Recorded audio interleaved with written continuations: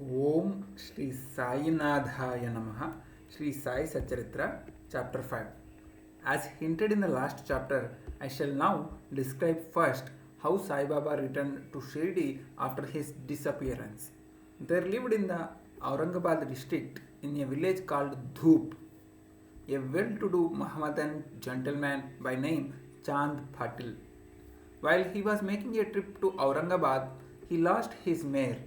For 2 long months, he made a diligent search but could get no trace of the lost mare. After being disappointed, he returned from Aurangabad with a on his back.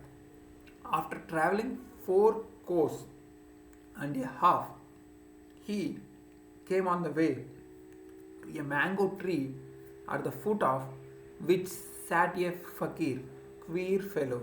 He had a cap on his head, wore kafni, long robe, and had a sataka, short stick under his arm, wore kafni, and he was preparing to smoke a chilim, the pipe. On seeing Chand Patil pass by, he called out to him and asked him to have a smoke and rest a little. The queer fellow or fakir asked him about the saddle. Chand Patil replied that it was of his mare, which was lost some time back. The fakir asked him to make a search in the Nala close by. He went, and the wonder of wonders, he found the mare there. He thought that this fakir was not an ordinary man, but an awliya, a great saint. He returned to the fakir with the mare. The chilim was ready for being smoked, but two things were wanting: the fire to light the pipe and the water to wet the choppy piece of cloth through which smoke is drawn up. The fakir took his prong and thrust it forcibly into the ground, and out came a live ember which he put on the pipe. Then he dashed the satka on the ground from where water began to ooze. The chapi was wetted with that water and then wrung out and wrapped around the pipe. Thus, everything being complete, the fakir smoked the chilim and then gave it also to the Chand Patil. On seeing all this, Chand Patil was wonderstruck. He requested the fakir to come out to his home and accept his hospitality. Next day, he went to Patil's house and stayed there for some time. Patil was a village officer of Dhoop. His wife's brother's son was to be married, and the bride was from Shirdi. So Patil made preparations to start for Shirdi for the marriage. The fakir also accompanied the marriage party. The marriage went off without any hitch. The party returned to Dhoop except the fakir, who stayed back in Shirdi and remained there forever. How the fakir got the name Sai? When the marriage party came to Shirdi, it alighted at the foot of a banyan tree in Bhagat Mahalsapati field near Kandoba's temple. The carts were loosened in the open courtyard of Kandoba's temple. When the members of the party descended one by one, the fakir also got down. Bhagat Malsapati saw the young fakir getting down and accosted him. Ya Sai, welcome Sai. Others also addressed him as Sai, and thenceforth he became Sai Baba. Contact with other saints. Sai Baba began to stay in a deserted masjid. One saint named Devi Das has been living in Shirdi for many years before Baba came there. Baba lived like his company. He stayed with him in the Maruti temple in the Chavadi and for some time lived alone. Then came another saint by name Janaki Das. Baba spent most of his time in talking with him, or Janaki Das went to Baba's residence. So also one Vaishya householder saint from Puntambe by name Gangagir always frequented Shirdi. When he first saw Sai Baba carrying pitchers of water in both hands for watering the garden, he was amazed and said openly, "Blessed is Shirdi that it got this precious jewel. This man is carrying water today, but he is not an ordinary fellow. As this land, Shirdi was fortunate and meritorious, it is secured this jewel.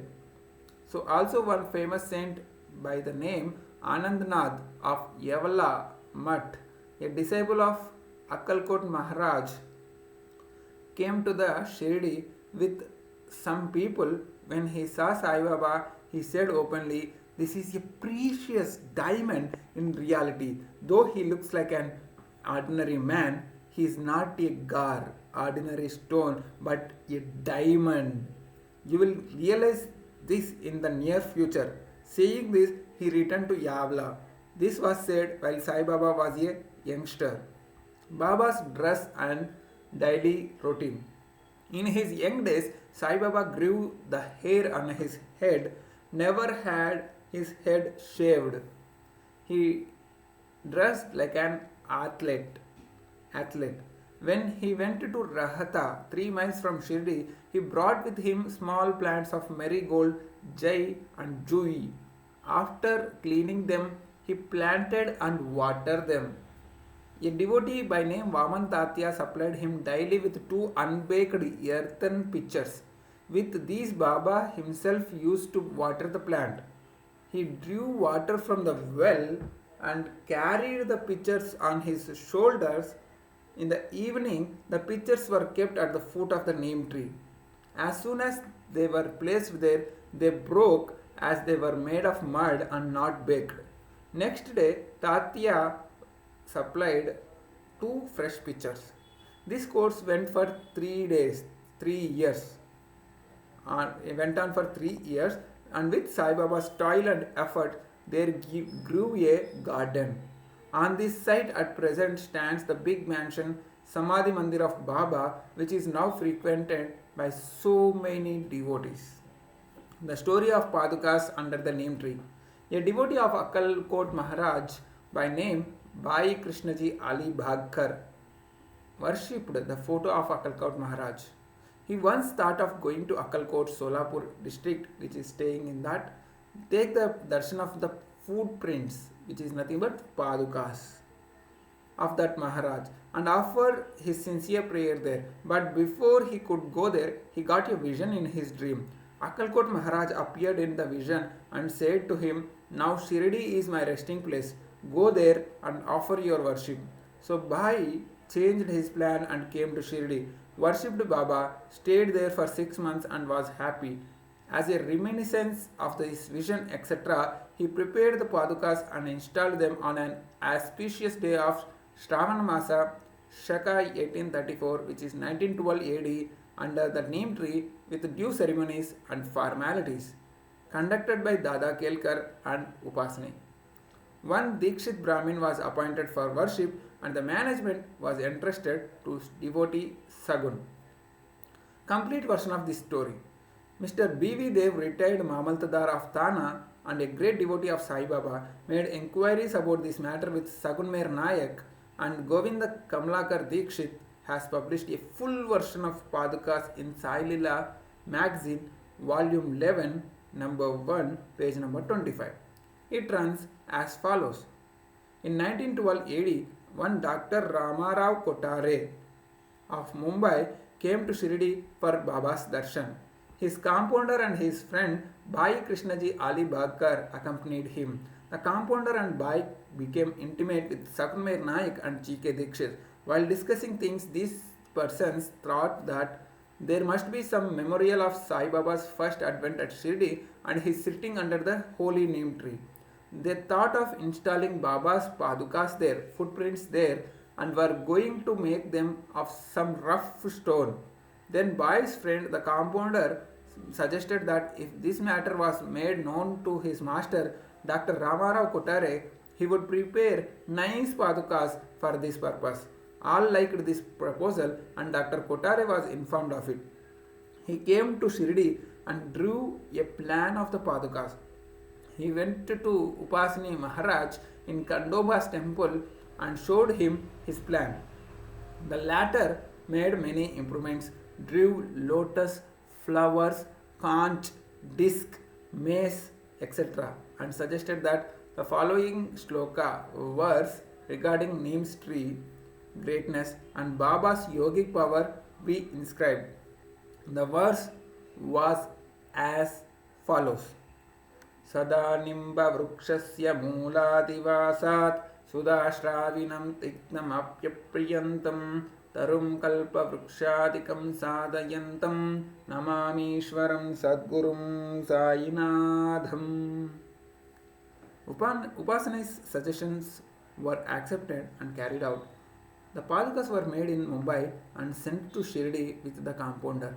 Baba said that they should be installed on the Purnima of the Shravan. On that day at 11 am, G.K. Dikshit brought them on his head from Kandoba's temple to the Dwarka Mai Masjid in a procession. Baba touched the padukas, saying that they are the feet of the Lord.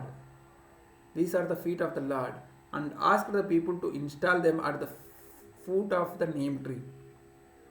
A day earlier, one Parsi devotee of Mumbai named Pasta Seth sent 25 rupees by money order. Baba gave this sum of the installation of the padukas. The meaning of the sloka that we have recited, let me recite it again. Sada nimba vrukshasya mooladivasaat sudashravinam tiktamapyapriyantam tarum kalpa vrukshadikam sadhayantam namamishwaram sadgurum sainatham.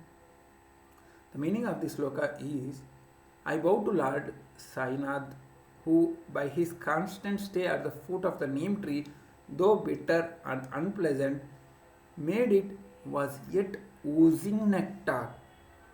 The oozing of this tree is called Amrut, that is nectar, on account of its healing properties, superior than the Kalpa Vriksha, wish-fulfilling tree. The total expense of the installation came up to 100 rupees in that days, out of which 75 rupees were collected by the subscriptions. For the first 5 years, G.K. Dikshit worshipped the padukas daily, and then this was done by Lakshman Kacheshwar Jakdi. In the first 5 years, Dr. Kotare sent 2 rupees per month for the lighting the lamp, and he also sent the railing round the padukas. The expense of bringing the railing from the station to Shirdi, 7 rupees 8 annas, presently 7.5 rupees, and roofing first was paid by Sagunmer Naik. Now, Nana Pujari Jakdi does the worship, and Sagunmer Naik offers the Naivedya and lights the evening lamps. Bhai Krishnaji was originally a devotee of Akkolkot Maharaj. He had come to Shirdi at the installation of the padukas in 1834 Shaka on his way to Akkalkot. He wanted to go to Akkalkot after taking the darshan of Baba. He asked Baba's permission for this. Baba said, "Oh, what is there in Akkalkot? Why do you go there? The Maharaj of that place is here, myself." Hearing this, Bhai did not go to Akkalkot. He came to Shirdi off and on after the installation of the padukas. Mr. B.V. Dev concluded that Hemad Pant did not know these details. Had he known them, he would not have failed to depict them in Sai Satcharitra. Wrestling about with Mohittin Tamboli and change in the lifestyle. To return to the other stories of Baba, there was a wrestler in Shirdi by name Mohittin Tamboli. Baba and he did not agree on some points and both had a fight. In this, Baba was defeated. Thenceforth, Baba changed his dress and mode of a living. He donned kafni, wore a langot waistband, and covered his head with a piece of cloth. He took a piece of sackcloth for his bed and was content with wearing torn and worn out rags. He always said that poverty is better than kingship, far better than lordship. The Lord is always befriender. The Lord is always befriender of the poor. Gangagir was also very fond of wrestling. Once while he was wrestling, a similar feeling of dispassion descended over him, and at the proper time he heard the voice of an adept saying that he should wear out his body playing with God. So he too gave that he should wear out of his body, he too gave up samsara and turned towards God's realization. He established a mutt on the banks of river near Puntambe and lived there with his disciples. Sai Baba did not mix and speak the people. He only gave answers when he questioned. When someone questions him, he will simply just give answers. By day, he always sat under the neem tree, sometimes in the shade of a babul tree near the stream on the outskirts of the village. In the afternoon, he used to walk at random and go at times to Neemgaon. There, he frequented the house of Bala Saheb Bengle. Baba loved Mr. Bala Saheb. His younger brother, named Nana Saheb, had no son, though he married a second wife. Bala Saheb sent Nana Saheb for taking darshan of Sai Baba, and after some time, with Sai Baba's grace, Nana Saheb got a son. From that time onwards, people began to come in large numbers to see Sai Baba, and his fame began to spread and reached Ahmednagar. From thence, Nana Saheb Chandorkar and Keshav Chidambar and many others began to come to Shirdi. Baba was surrounded by his devotees during day and slept at night in an old and dilapidated masjid. Baba's paraphernalia at this time consisted of a chilim, tobacco, a tambarel, which is tin pot, long kafni, a piece of cloth round his head, and a satka, short stick, which he always kept with him. The piece of white cloth on the head was twisted like matted hair and flowed down from the left ear of the on the back. This was not washed for weeks. He wore no shoes, no sandals. A piece of sackcloth was his seat for most of the day. He wore a cowpeen and forwarding of cold. He always sat in front of Duni facing south, with his left hand resting on the wooden railing. In that Duni, he offered an oblation of egoism, desires, and always uttered, Allah Malik. God is the sole owner. The masjid in which he sat was only of 2-room dimensions, where all devotees came and saw him. After 1912, there was a change. The old masjid was repaired and a pavement was constructed. Before Baba came to live in this masjid, he lived for a long time in a place Takia, where with gungru, small bells tied on his ankles, Baba danced beautifully and sang with tender love, turning water into oil. Sai Baba was very fond of lights. He used to borrow oil from shopkeepers and keep lamps burning through the whole night in the masjid and temple. This went on for some time. The Baniyas, who supplied oil gratis, once met together and decided not to give him oil. When, as usual, Baba went to ask for oil, they all gave him a distinct no. Unperturbed, Baba returned to the masjid and kept the dry wicks in the lamps. The Baniyas were watching him with curiosity. Baba took the tambrail in tin pot, which contained very little, a few drops of oil, put water into it, drank it, and then forced it out to fall into the container. After consecrating the tin pot in this way, he again took the water from the tin pot and filled all the lamps with it and lighted them. To the surprise and dismay of watching Baniyas, the lamps began to burn and kept burning the whole night. The Baniyas repented and apologized, and Baba forgave them and asked them to be more truthful in future. The pseudo guru Jawahar Ali. 5 years after the wrestling above mentioned, one fakir from Ahmednagar by Jawahar Ali came to Rahata with his disciples and stayed in Bhakal, a spacious room near Veerabhadra temple. The fakir was learned, could repeat the whole Quran, and had a sweet tongue. Many religious and devout people of the village came to him and began to respect him.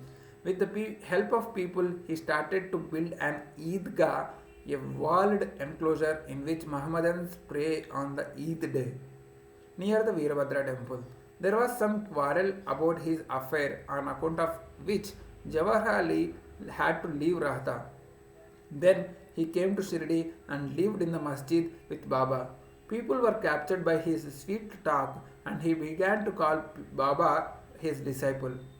Baba did not object and consented to be his disciple, Chela. Then both Guru and Chela decided to return to Rahata and live there. The Guru never knew his disciple's worth, but the disciple knew the shortcomings of the Guru. Still, he never disrespected him, observing carefully his duties. He even served the master in various ways. They used to come Shirdi off and on, but their mainstay was in Rahata. The loving devotees of Baba in Shirdi did not like that Baba should stay away from them in the Rahata. So they went in a deputation to bring back Baba to Shirdi. When they met Baba near the Eidgah and told the purpose for which they came, Baba said to them that the fakir was an angry, ill-tempered fellow, he would not leave him and that they should better go back to Shirdi without him before the fakir returned. While they were thus talking, the fakir turned up and was very angry with them for trying to take away his disciple. There was some hot discussion and altercation, and it was finally decided that both the Guru and Chela should return to Shirdi, and so they returned and lived in the Shirdi. But after a few days, the Guru was tested by Devidas and he was found wanting.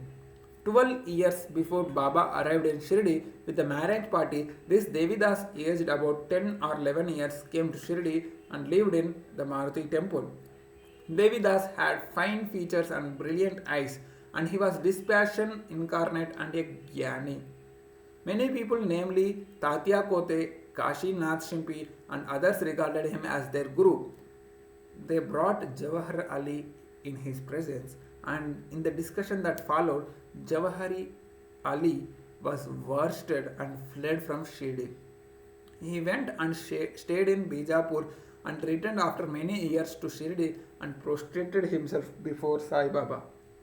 The delusion that he was Guru and Sai Baba his disciple was cleared away, and as he repented, Sai Baba treated him with respect. In this case, Sai Baba showed by his conduct how one should get rid of egoism and do the duties of a disciple to attain the highest end, that is self-realization. This story is told here according to the version given by Mahalsapati, a great devotee of Sai Baba. In the next chapter, Ram Navami festival, the masjid, its former condition and later improvement in it, etc. will be described. Bow to Shri Sai, peace be to all. Om Sai Ram.